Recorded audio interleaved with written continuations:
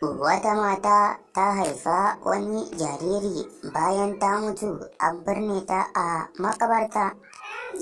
Don haka ka duk mai son ganin wannan bidiyo da za mu ɗora shi nan ba da daɗewa ba, sai ya danna subscribe sannan ku danna alamar ƙararrawar sanarwa ta yadda za mu sanar da ku da zaran mun ɗora wannan bidiyo.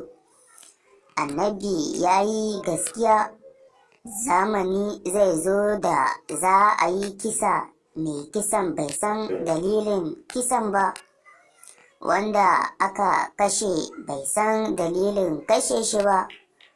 Wata rana sojojin GTF sun shiga dajin Sambisa, sai suka ga wani yaro yana rarrafe zai shiga wani rami, sai suka buya suna bin sa a baya bai sani ba. Can sai suka ga yaron ya cusa kai ya shige ramin.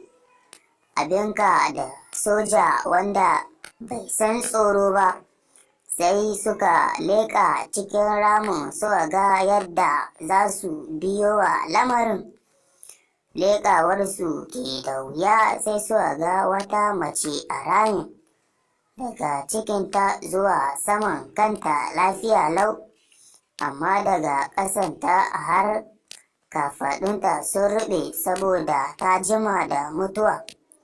Kawai sai yaron nan ya kama nonon wannan mata yana sha. Allah bai ɗauke ruwan nonon ba domin wannan yaron ya samu abin da zai rayu.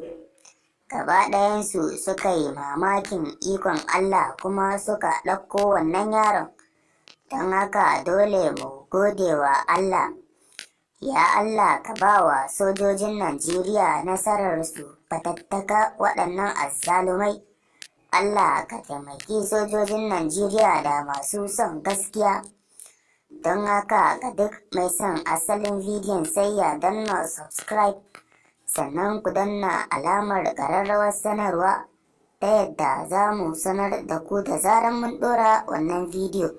Daga ƙarshe muna roƙonku da ku tura wa sauran 'yan uwa domin jin abin al'ajabin da ya faru. Sannan muna ƙara roƙonku da ku danna subscribe.